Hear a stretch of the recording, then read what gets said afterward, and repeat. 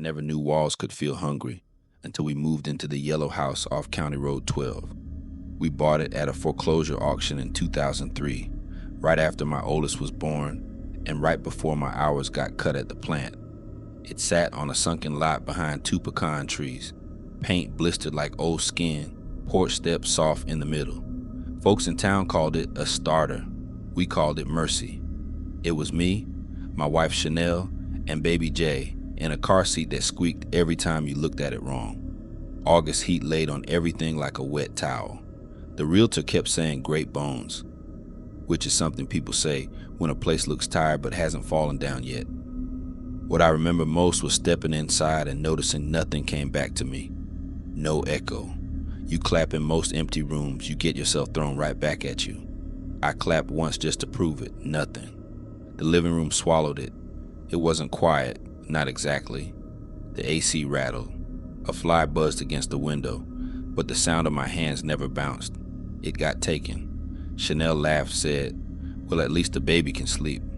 But she pressed her palm to the wall like you do a person with a fever. "Feels heavy," she said, like the paint had weight. We spent that first week sanding and painting, me in a paper mask, Chanel with a rag in her back pocket, Jay sleeping in his travel crib in the hall. We argued about where the couch should go, like couples do, and even our arguing felt wrong. The house made it dull. I'd raise my voice, and it'd fall 2 feet from my mouth like a dropped brick. "You hear that?" I asked one night, tired and paint-stained. "Hear what?" she said. "Exactly." The first real odd thing was the door frames. In the hallway, there was a patch of wall between the bedrooms where the paint didn't match. Under a cheap layer of yellow was a rectangle in off-white, like a door had been there once, then mudded and hidden. It wasn't just in the hall. There were 2 more. One behind the fridge, one in the den. Former doorways, swallowed. We fixed little things, sag in the porch, flickering light in the kitchen, a leak around the tub. Money was tight, so I did most of it myself. The house seemed to like it when I worked. The more I fixed, the quieter it got. Sounds from outside, cicadas, distant trucks on 49, faded at the threshold as if the door were a throat closing around them. Sunday afternoon, my mama came to see the baby. She's a church woman who can make greens with one hand and point you toward Jesus with the other. She stepped in, smiled big at Jay, then went still like the floor tilted. She said, eyes on that long hallway. "Place looks settled." "You mean quiet?" I asked. "No," she said, chewing the word like gristle. "Settled." That night, Chanel moved Jay's crib into our room. "Feels better," she said, like he closer to my heartbeat. I pretended it was about the baby. Truth is, we both started leaving doors open. Closet, bathroom, bedroom, didn't matter. Closed anything too long and the air in there felt used up. 2 weeks in, we stopped hearing ourselves in the shower. That's not me being poetic. You know the way tile makes your breathing bounce around your head? In that bathroom, steam rose, water hit enamel, and our voices just went missing. I couldn't tell if I was humming or thinking about humming. I told myself it was insulation. I told myself old houses do funny things with sound. We slept, we worked, we tried to be a new family in a used space. Then the walls started giving some of it back. It was little at first. I'd be in the kitchen and hear Chanel murmur something sweet to Jay from the bedroom, only for her to walk in a second later with him on her hip and ask what I said. Or I'd be on the porch fixing a hinge, and the house would breathe my name in my own voice. Not whispering, just the shape of the sound coming from somewhere behind me. Standing in that hallway, with the 3 erased doors, I learned to keep my hands at my sides. It felt like good manners not to knock. On a Friday, I got home late, and Chanel was at the table with a stack of bills. She had that look like your head is full of bees. We started a low argument over money, little things, grocery lists, new tires, and somewhere in the middle of my sentence, the sound fell out of my mouth and didn't make it to her. I saw her face waiting for it. I felt it leave. The house took it. She looked down, embarrassed, like she'd missed her cue. Jay started crying in the other room. but even his cry came out thinned, like someone else was holding him behind glass. "We gotta bless this house," she said that night. Small voice. "For real." "Call your mama," I said. "We'll do it Saturday." I woke up at 3:11 a.m. to a sound on the other side of the bedroom wall. Not scratching, not pipes, a voice. It was mine, but stretched thinner, like tape run too many times. "We'll do it Saturday." It came from inside that painted rectangle where a door used to be. The wall said my words back to me with the slow patience of something digesting. We didn't sleep after that. The light stayed on until dawn. Jay finally knocked out, heavy and warm, and the house felt lighter for a while, like it had eaten good. Saturday, my mama came with oil in a little bottle and verses in her mouth like coins. She walked that place room to room, praying low. If the house didn't like it, it didn't show it right away.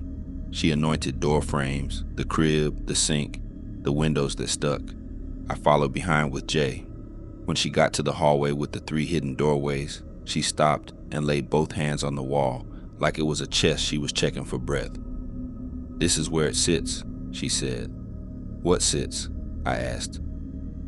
"Everything folks said and couldn't take back. Everything they kept in. Somebody used to fight in this house and not let the sound out. That kind of thing leaves a weight. You telling me the house is keeping words?" "I'm telling you some places learn," she said, voice steady. "And when they learn, they don't forget easy." She prayed harder there. The air got thicker, hot like the attic in July. We all started sweating, the oil on her fingers shining, Jay fussing in my arms, me trying to be brave with my jaw tight. The wall felt warm under her palms, and then I heard it. Somebody laughing, not out loud, not in the hall, from deep in the plaster. A man's laugh with that tired edge people get when they've been drinking to fill a hole.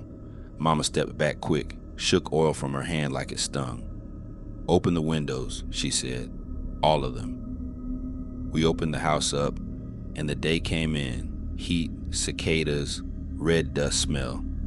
For a few hours it felt normal. We ate sandwiches in the den and turned the TV on too loud and pretended it was just a house that needed air. That night, the storm rolled in. Mississippi thunder that makes bowls rattle in cabinets. Rain came hard, slant hitting the screens. We put Jay between us in the bed. The power blinked once, came back, blinked again. At 1:22 a.m., the house started talking. Not voices like a crowd, not a radio. The walls gave back everything we'd ever said in that place in the order they wanted. Chanel's laugh from the first afternoon. My son's first hiccup cry. Mama saying, "This is where it sits." Me saying, "Call your mama." Then things we hadn't said. A man cursing low. A woman saying, "Shh, they'll hear." A child counting to 3 and not making it past 2. All of it in the pitch black quiet between thunder, like the house had collected it in mason jars and now was unscrewing the lids. I got up shaking and went to the hall. The 3 painted over rectangles were sweating. I don't mean damp paint, I mean sweating. Darker patches blooming the way skin does. From the kitchen, the fridge motor tried to kick on and failed. The AC went still. The house got so quiet, it felt like a hand closing around my throat. I pressed both hands flat on that long rectangle between the bedrooms. It was warm. Something on the other side pressed back once, no harder than a heartbeat. "Stop," I said, "please." And it did. That was the worst part, that it listened. We made it till morning and packed what we could in boxes that looked too bright against that yellow paint. Chanel put Jay in the car seat like she was lifting him out of a river. By noon, we had the truck loaded. We left the curtains open and the windows cracked like you do when you don't want to slam a door in someone's face. We drove to my sister's on the west side and slept on the floor and pretended we weren't 40 miles older than we'd been the day before. A month later, after papers and a loss we couldn't afford but paid anyway, a new couple moved in. Young, hopeful, the kind of folks who plant flowers in front of a place to make it theirs. I went by once to return a piece of mail that still came to my name. The woman opened the door with soil under her nails and a smile like the future. "How's it treating you?" I asked. trying to sound casual. "It's peaceful," she said, then frowned at her own word like it tasted wrong. "Except the hall. Sound just dies in there." "Open your windows when you argue," I said, before I could stop myself. "Don't feed it," she laughed, not getting it yet, and thanked me for the letter. I stood in the yard under those pecans and listened. A blue jay shouted. A truck grumbled past. In the hallway, nothing moved. Not sound, not air. You could feel it from the yard if you knew how to listen. For the shape silence makes when it's not empty at all. Years later, I'll still be washing a dish or buckling jay, now taller, louder, blessedly loud, into a seatbelt, and I'll catch myself talking softer than I mean to. I'll think about walls that learn, about doorways erased, but still there under the paint. And sometimes, in a new place, with good light and honest noise, I'll clap my hands just to hear myself come back. When it does, when the room throws me at me, I say thank you out loud. I don't care who hears, because some houses eat what you are when you think no one's listening, and some echoes are too precious to lose.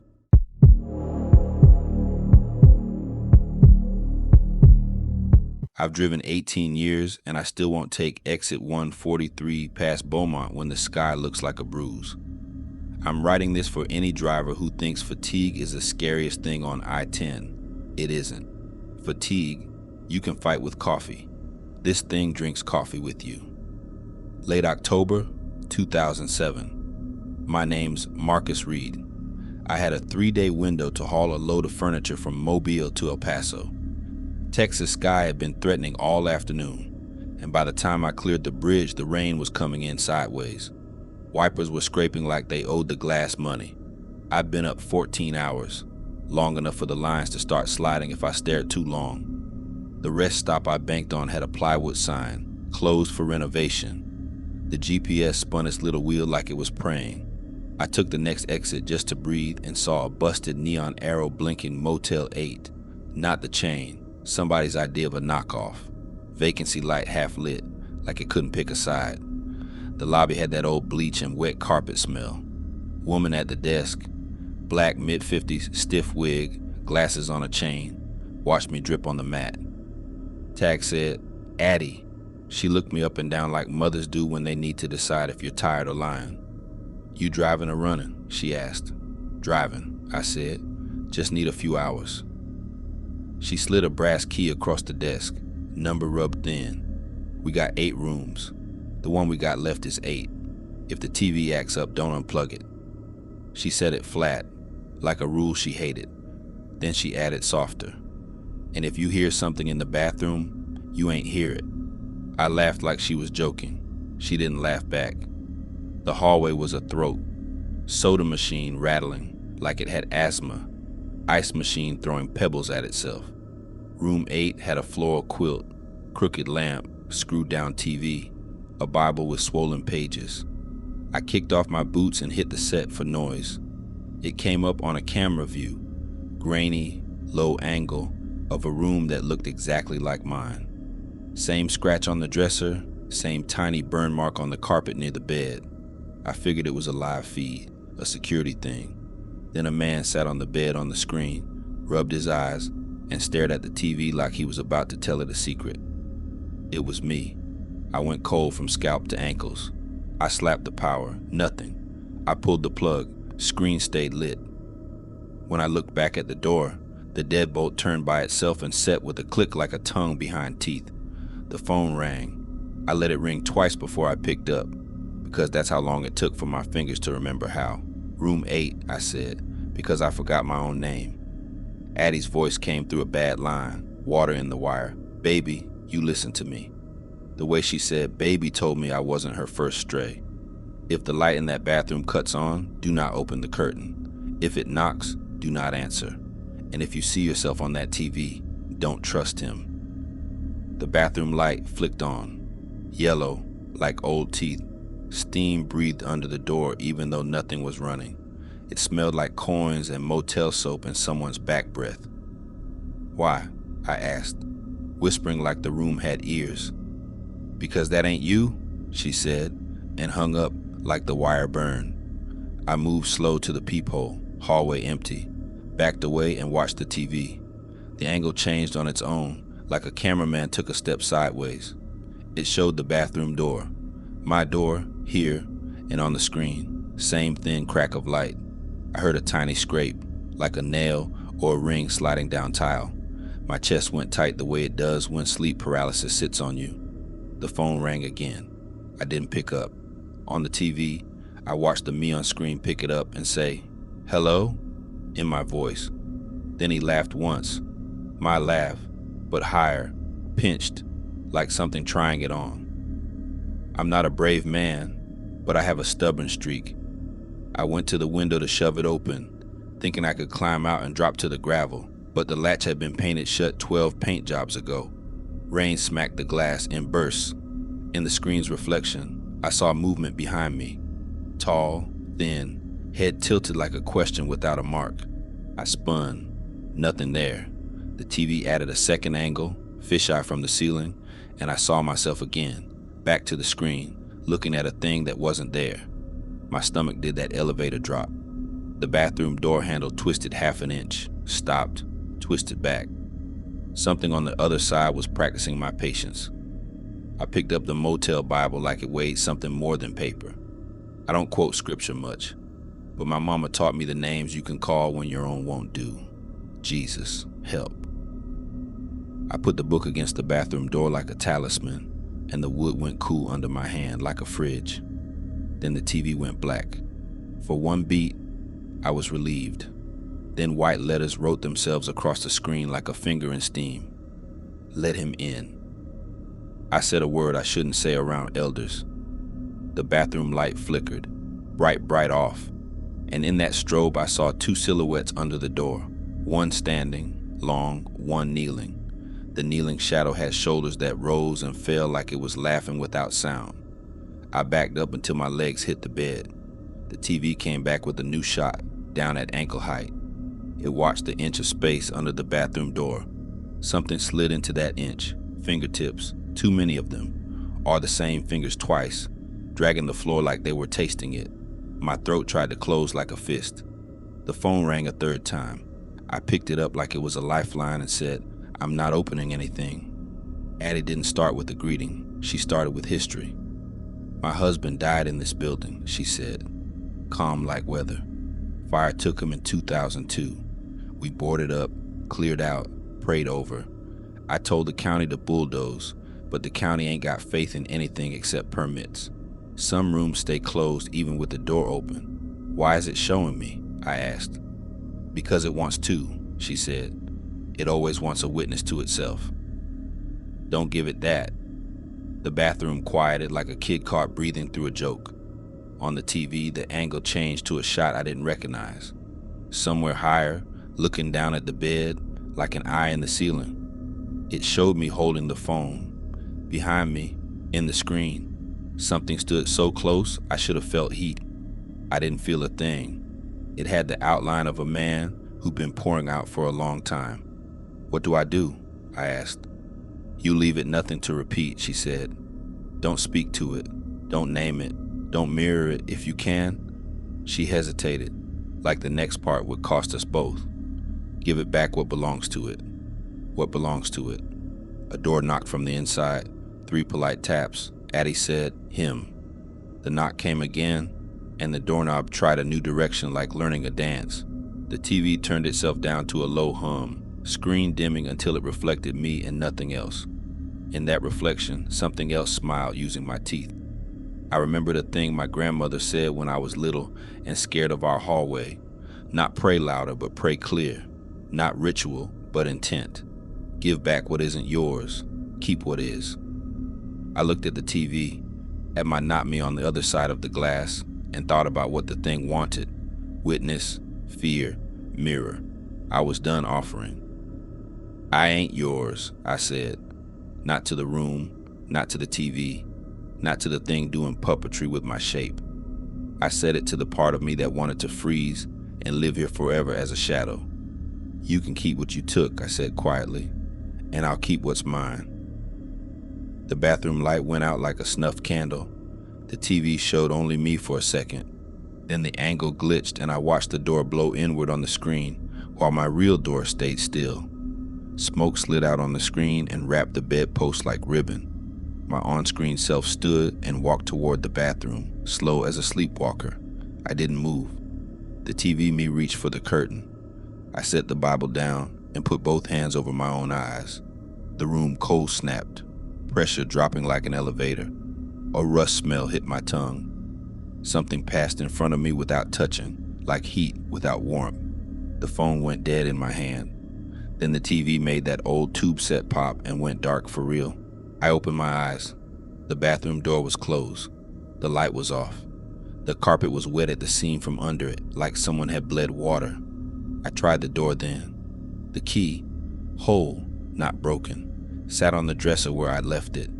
My boots were by the bed, dry as if I'd never tracked in rain. I turned the deadbolt and it turned like it had never learned to move itself. When I stepped into the hall, the air felt like after a storm, cleaned out, emptied. Addie stood at the end, by the ice machine, hands folded, eyes red like she'd been praying with them. She nodded once like we'd exchanged a bill. "You brought more of you than it could swallow," she said. "That's how men get home."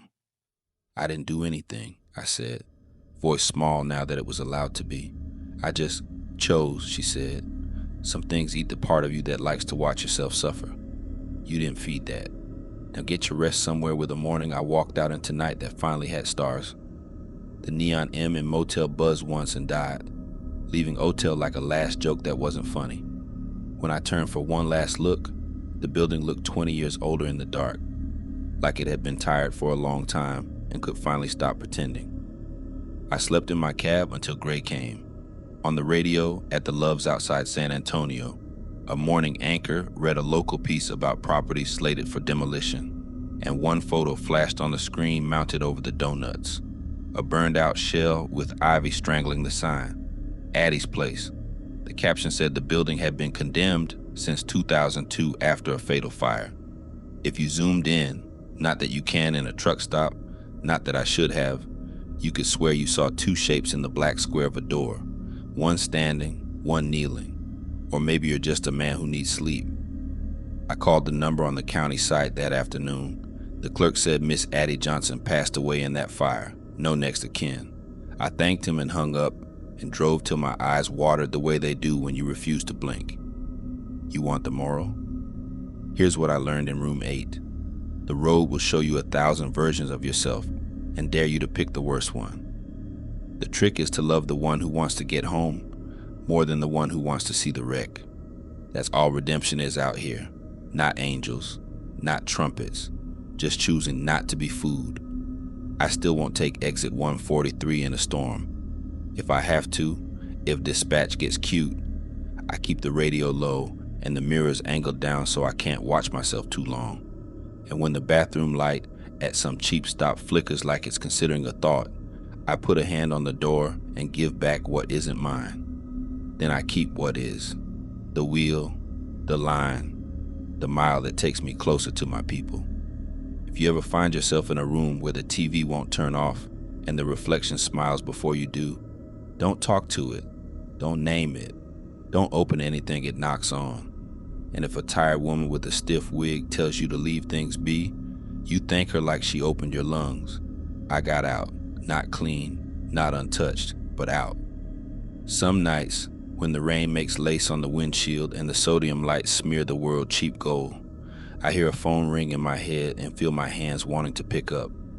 I let it ring. I drive on. I save the answer for the people waiting for me, and I make it home.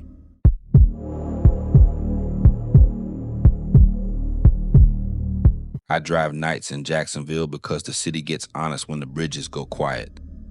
Daytime Jacks is Jaguars jerseys, construction cones, and the St. John's looking photogenic for realtors. After midnight, you hear how the place really breathes. The hum under the Hart Bridge, tires shooshing over wet lanes on I-95, and the river talking to itself like an old man on a porch. I'm D. Yes, that's a first name and a last initial, and I've been on the app 3 years. Clean too? I keep my Camry tidy. No dice, no rosaries, Just a small green rideshare puck on the windshield so drunk folks don't mistake me for their cousin. That glow is how all this started. It was a Wednesday, 2:11 a.m., pickup ping at Kennight Drive off Moncrief. If you're local, your stomach just did what mine did when I saw it. Because you remember Irma and Ian and all the high water marks folks quit measuring after a while. Kennight floods like it's a habit. Half the block still looks like a sentence someone forgot to finish. I turned down the street, water stained, stop signs shining dull, nobody on the corner. Chain link rattling in a breeze I couldn't feel. Then the rear door clicked like somebody polite got in. Not slammed, not hesitant, just decided. I kept my eyes on the road. "You good?" I asked the windshield. People like privacy. A woman's voice from the back said, clear and calm, "Take me to Phoenix Avenue." Like directions were the only thing that mattered anymore. I tapped it in. The car went cold on the right. Not AC cold, wet cold. Wipers squeaked, stink of the marsh sliding in from the Trout River. I tried small talk, she didn't answer. The app showed a new profile, no photo, name just E, and a creation date of today. When we got near Phoenix, the right rear door clicked again. No footsteps, no weight shift, just a seat left damp like somebody dripping river water. I pulled to the curb, put the car in park, and told myself out loud, "You're tired." That's all. Then I used half a roll of paper towels and one lie to dry the seat. Night 2, pick up at the same corner. This time, a man, voice like a paper bag. Pearl and 54th. On the way, he asked, "You got water?" And before I could hand him my bottle, he said, "Never mind." At the drop, the seat went empty, and a circle of damp spread, perfect as a halo you don't want. By the 4th time I told my cousin I was switching to day shift, she snorted. "That's Kennight," she said. "The water learned our names there." You know what it is, knowing and admitting aren't twins. I kept the night. Night 5, I tested a theory. I rolled onto Kennight with my green puck off, nothing. No door click, no cold pocket of air. I passed the corner by 30 feet, then turned it on. That soft glow pooling on the glass, and the lock lifted with that polite little sound, like a hand raising. A boy said, "Haynes Street," 10 years old by the sound. I felt my throat close. "Late for you," I said to the road. "I'm waiting," he said. Flat voice. Kids who've been brave too long talk like that. A train cries somewhere north, thin as a knife. At Haynes, he didn't get out so much as stop being a problem the car needed to solve. Door latch. Empty air, drying fabric. I pulled over and set my forehead on the wheel. You can tell yourself you don't believe in ghosts, but a damp circle on cloth argues better than theology. I looked at the little green light and hated how obvious it felt. I'd been waving a flag, not for drunks, not for tourists, for anyone who still thought rescue boats would turn the corner. So the next night, I brought towels, a bottle of water, and my dad's busted AM radio. The brown plastic brick with the volume knob that rattles like a pill bottle. It only catches stations when God is feeling generous. I parked a block away and tried the puck. Off, nothing. On, click. This time, a heavier man eased in. Weight you feel even when you see nothing. "Arlington Expressway," he said, voice raw, "by the Matthews Bridge." Halfway there, he said, "Every light we saw, we thought it was them." "Who's them?" I asked. "Anybody coming?" He laughed without sound. "Then you sleep, wake up, water's higher, house is smaller." At the bridge he didn't move. The door clicked and the air softened 1 degree like a fever breaking. I stayed parked, listening to the St. John's carry what the city couldn't. This kept up 9 nights. Same corner, different voices. A young woman asking for Edgewood, where the dog remembers me. An old-timer to Kings Road, wanting the little store with the blue awning that wasn't there anymore. A teenage boy asking for New Berlin Road, then whispering, "Never mind." Turn around. Most rides ended with silence and a wet stain. A few ended with half phrases like broken glass that still fit together if you keep both hands steady. We waved. "Hold your sister. Don't name the water. It'll answer." I didn't feel brave. I felt useful. Useful is smaller than brave and easier to carry. On the 10th night, the app ping had no sound, just the pickup dot pulsing at Ken night like a heartbeat. I turned the corner, and for once the wind matched the fence and the trees. The door didn't open. The front passenger did. A woman slid in like she'd been due. Late 20s, braids tucked under a cap, eyes rimmed in red like she'd been up for a week and still had manners. "Renee Baptiste," she said, holding out a hand most people don't offer at 2 a.m. I shook it, warm, alive. "Where to?" She looked at the river, and the river looked back in her eyes. "Heckscher Drive." The ferry landing, I pulled away. We rode in quiet, passing the Dames Point Bridge bones glowing faint. Freight cranes at Blount Island blinking their red patience. Renee's palms rested flat on her knees, fingers calm like people who have said a lot of names and plan to say more. "You sing?" she asked halfway up 9A. "Used to," I said. I had a little R&B thing in my 20s, hollow stages and warm beers. "That's why you glow like that when you drive." She nodded at the puck. Light's a mouth, voice is the hand. They follow both. I didn't know what to do with that sentence, so I put it in my pocket and kept driving. The St. John's widened into dark silk. The ferry lot was deserted except for a stray cat and a Coke bottle. I killed the engine and listened to the river hold its breath between pilings. "What do you want me to do?" I asked.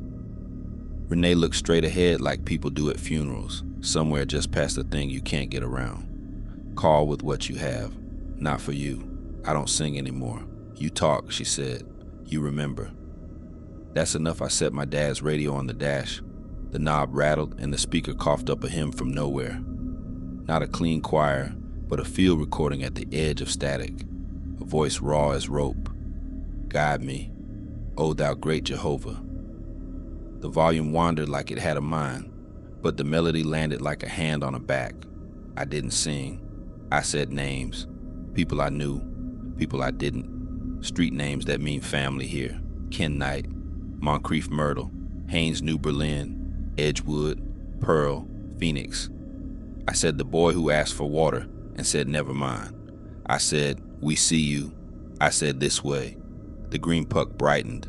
Not flashlight bright, not movie magic, just enough to make the air visible. Over the river, shapes rose like heat mirages turning into faces. They didn't look tragic. They looked relieved, like folks who finally heard their number called at the clinic. More came, dozens maybe, drawn not to me, but to the signal. The light was a wave. My voice was just a hand telling them it was their turn. Renee watched with eyes that watered but didn't spill. "They were always good at waiting," she said. "They just needed a way to wave back." She set her hand on the dash like a quiet blessing. "That's enough." I blinked, and she was stepping out. No cold pocket, no damp seat. Just a door easing shut like it didn't want to wake anyone. She walked toward the river and didn't break it. She thinned like fog does when sun decides it's time. I sat there humming with fear and something I don't have a church word for. The radio let the last amen shake through the grill and died. The green dimmed to its regular silly self. Back at Ken Knight, the fence didn't rattle. The bent sign looked like it remembered how to stand. A stray dog slept with both legs twitching like a dream finally turned into running. I turned the puck off, waited, on, nothing came. Maybe the work was done for now. Maybe the roll call got shorter. Maybe I just caught the right night. Since then, the rides feel regular again. Riverside drunks, San Marco couples arguing softly in the back like they paid for a therapist and got me instead. A night nurse from UF Health who tips in small bills and thanks me for silence. But every so often, around Moncrief or Phoenix or that bend by New Berlin, I'll get a ping with no sound and a name that's just a letter. I'll pull up and leave the puck on for a full minute. Sometimes the door clicks, sometimes it doesn't. Useful beats brave in that math. People ask if I'm scared now. I say I'm busy. Fear is a hobby for folks with time. I've got miles in a savings jar and a little shotgun double in Gentilly. Yeah, New Orleans, not Jax. Long story, circled in my phone like a dare I plan to win. I've got names in my mouth that taste like battery and rain and relief. and they don't belong to me, but I can carry a few at a time without dropping my own. Here's what I learned under the Matthews Bridge and beside the Heckscher docks.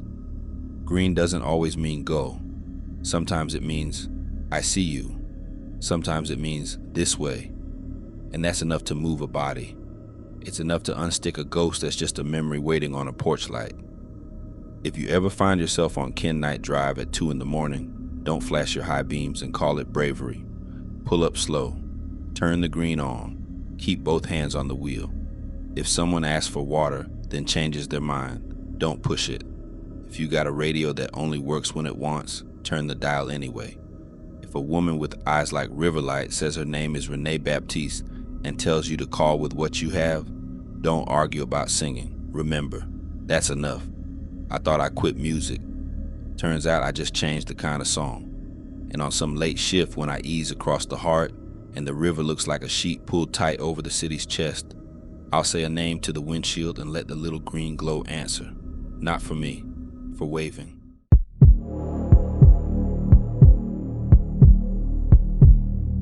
I moved into the Claiborne on a Tuesday because the rent was reasonable and the leasing office didn't look me up and down like I was about to lower their property value. Memphis heat still had something to prove that week. Air thick as gravy, cicadas arguing in the trees like they had court. The Claiborne's one of those old brick buildings that used to be a hotel back when people took trains and dressed for it. Tall ceilings, creaky stairs, hallways that smell like lemon cleaner and old paper. I'm Marcus. Different Marcus than the trucker story you might have heard, but same city luck. I do day shift at the warehouse and DJ weddings on weekends when folks got money for love. I don't own much. Bed, crates of vinyl, 2 pans I don't know how to ruin eggs in yet. Apartment 3C faced the street, big bay window, and thin walls that promised neighbors with taste in television I didn't share. The building manager, Miss Penny, walked me up the 3 flights with a ring of keys like a janitor from a movie. It's quiet, she said, jangling the lock. Most folks work nights or mind their business. She pointed to the stairwell and added, we keep the 4th floor closed. Construction. Used to be suites. Don't worry if you hear footsteps. Sound travels weird in here. First night, I slept like somebody unplugged me. Second night, I woke at 1:17 a.m. to footsteps above me, steady, clipped, like a person in dress shoes working on their posture. I stared at the ceiling until the rhythm got in my jaw. It wasn't stomping. It wasn't rude. It was pacing, back and forth. Then a chair dragged, slow, like someone committing to a scrape you could feel in your bones.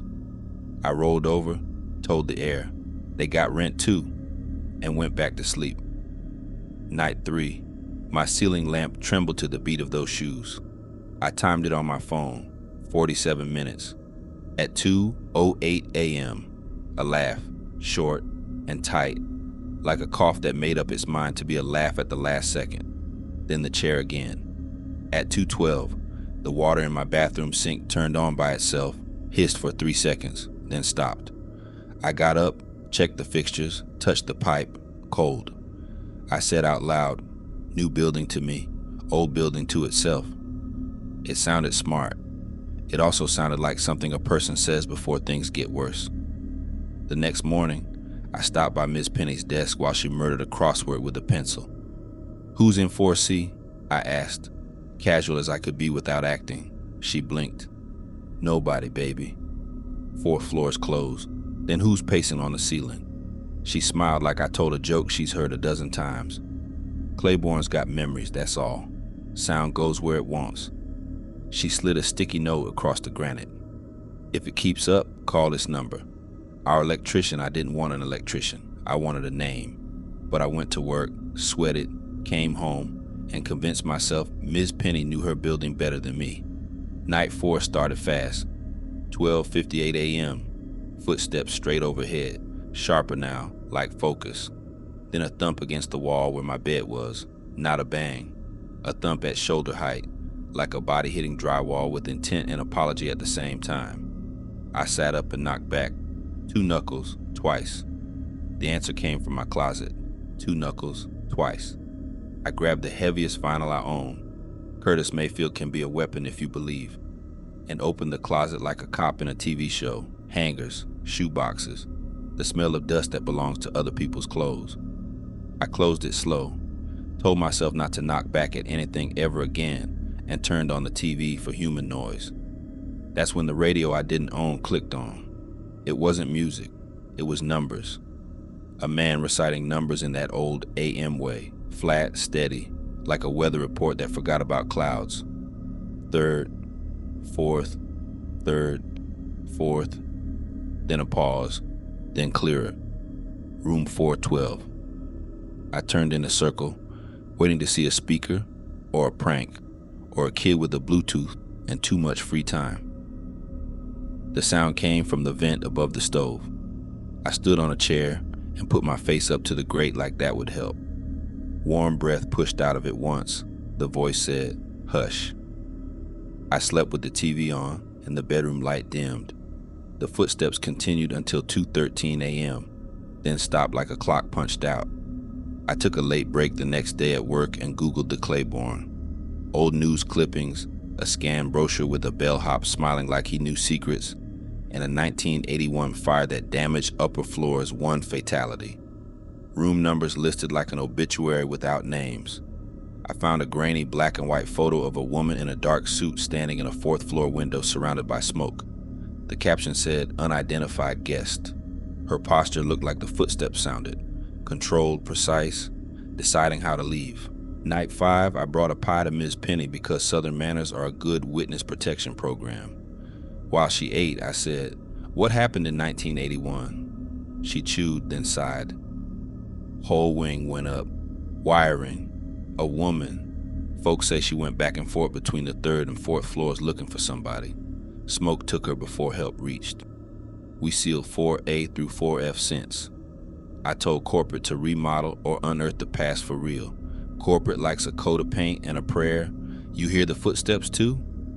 "Every fall," she said. Then she patted my hand like a grandmother and added, "Don't go up there." "I won't," I lied. That night, 12:41 a.m., footsteps like a metronome. My ceiling light flickered 3 times and stopped. Water hissed. Chair scraped. Then my doorbell rang once. Long. I looked through the peephole. No one in the hall, but the carpet fibers were crushed in a line from the stairwell to my door, like someone dragged something heavy they didn't want to drop. "Okay," I told no one, "you win." I grabbed my hoodie and a flashlight, and I did the thing Miss Penny told me not to. I took the stairs to the 4th floor. The door at the landing had a chain across it and a paper sign that said, "Construction," in letters printed so many years ago the tape had fossilized. The chain hung loose.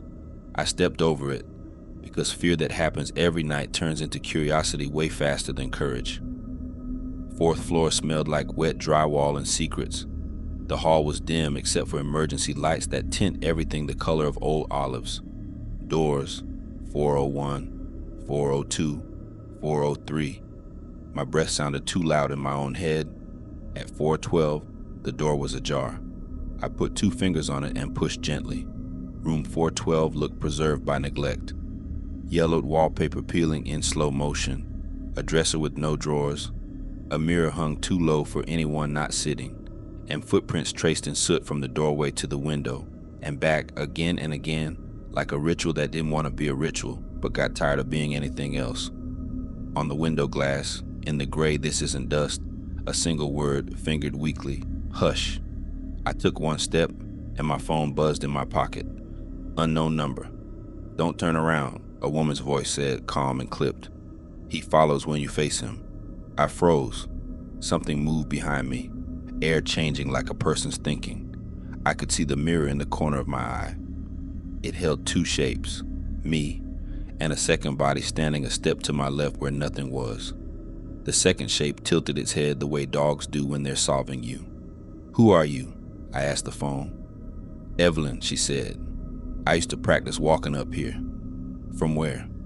"Room 312, she said, and hung up like the air cost too much to borrow. I kept my eyes forward and backed into the hall. The mirror's second shape grew tall in the edge of my vision, then thinned. Then the footsteps started behind me, fast now, not polite, racing to match mine. I took the stairs 2 at a time to the 3rd floor landing and ran into a cold patch so aggressive it felt like stepping in a creek. The door to 312 was closed, padlocked with a chain that looked theatrical in daylight, but serious at 1 a.m. Back in my apartment, the ceiling above me boomed once, like someone dropped a suitcase filled with bones. My lamp swung gently, my sink coughed water, the vent breathed 3rd, 4th, 3rd, 4th. I turned the radio on to drown it out, and all the stations together sounded like a crowd whispering in unison. I didn't sleep. I Googled more. City records, fire reports. Female, presumed guest, mid-30s, unclaimed. I stared at that word unclaimed until it hurt. At 5:36 a.m., sun pried at the blinds and the footsteps stopped as if somebody punched out on a cosmic time clock. I called in sick. I bought sage because I'm half spiritual and half desperate. I texted my cousin who prays with oil and consequence. I went to Miss Penny and said softly, "She's stuck walking." Miss Penny took off her readers and rubbed her eyes. "You went up there, didn't you?" I shrugged. She put her hand on mine and said, "Then finish it." "How?" "Don't hush her," she said. "Tell her who to look for." "I don't know her." "Name her anyway," Miss Penny said and slid a key across the desk I didn't want. 312. It's been locked since the 90s. If you open it, be ready to close it. I went upstairs at noon because daylight is a good liar. The key turned. Room 312 was smaller, cleaner. Someone had tried to keep it from remembering. No furniture, fresh paint that didn't understand what it was up against. I stood in the center and said, "Evelyn." My voice shook on the second syllable like it wanted to be a child. "You were looking for a room. This is it. You can stop walking." Silence can be loud if a building decides to respect you. The air felt like it listened. Then footsteps above darted. No rhythm now, just a person who's late. The ceiling bulb flickered once hard enough to threaten its life. A shadow passed over the window, then another, like bodies at different speeds. In the vent, the whisper changed. "Found," it said, and cut itself off. I sat on the floor and put both palms down like I was telling a dog to wait. "If you're looking for somebody," I said, "I'll hold the door." I sat an hour. Nothing but breathing, mine and the buildings. Then my phone rang again. Unknown, same clip woman. "Thank you," she said. "He was in the mirror?" "He always is, I thought." She didn't finish. A man's laughter, punched tight at the end, bubbled through the vent like oil. The mirror on the far wall reflected the hallway outside. A second face appeared behind mine in the reflection for a blink. Long where it should be short, wide where it shouldn't be, and then a hand pressed through the glass toward my shoulder. I did not turn around. "Evelyn," I said, keeping my eyes forward. "You left someone in 412. I can't bring him, but I can close this." I stood and covered the mirror with my hoodie so the room only had one version of me to think about. I shut the vent with a chair. I said, clear as my mouth could manage, "You are found here. Be here." The footsteps above slowed. 3, 2, 1. Then quiet. Not peace. Waiting. That night everything escalated because buildings love a test. 12:03 a.m. The ceiling sang, a metallic ringing like a coat hanger hitting a pipe. 12:05. Footsteps above. 12:06. The chair scrape. The bathroom sink turned on full. The TV turned itself to a channel with no number, a black screen, with white words drifting like closed captions for a show that didn't exist. Hush, hush, hush. My lamp flickered, but not heartbeat slow, angry. The vent breathed hard enough to move the curtain. I stood in the center of 3C and said, "Not me." The room didn't care. The door to my closet opened an inch. 2 knuckles, twice, from inside. Fight or flight isn't real if you're poor and tired. You had a third option. Explain. I grabbed my phone and called my cousin on speaker. "Pray loud," I said. She didn't ask why. She started with Psalm something, then Jesus, then names of angels I don't remember, then my government name for good measure. "Evelyn," I said, over my cousin and the vent and the sink. "If he's the mirror, you don't owe him another step. Room 312 is yours. Room 412 is history. If you want out, Here I took the little mirror off my dresser, set it on the floor facing away from me toward the closet, and covered it with my hoodie like a trap. Take it if it's yours. If it's his, I'm not your witness. The closet door creaked wider. Something inside leaned toward the bait. Not air, not shadow, attention. The hoodie sucked in as if the mirror beneath had a mouth. My cousin yelled amen like a finish line. The TV popped. The sink died. The vent sighed in a voice that could have been human if it wasn't so tired. Found. Above me, the footsteps took 3 more careful steps and stopped directly over the room 312. The building settled like a person sitting on the edge of a bed to finally untie their shoes. I didn't sleep. I didn't move the hoodie.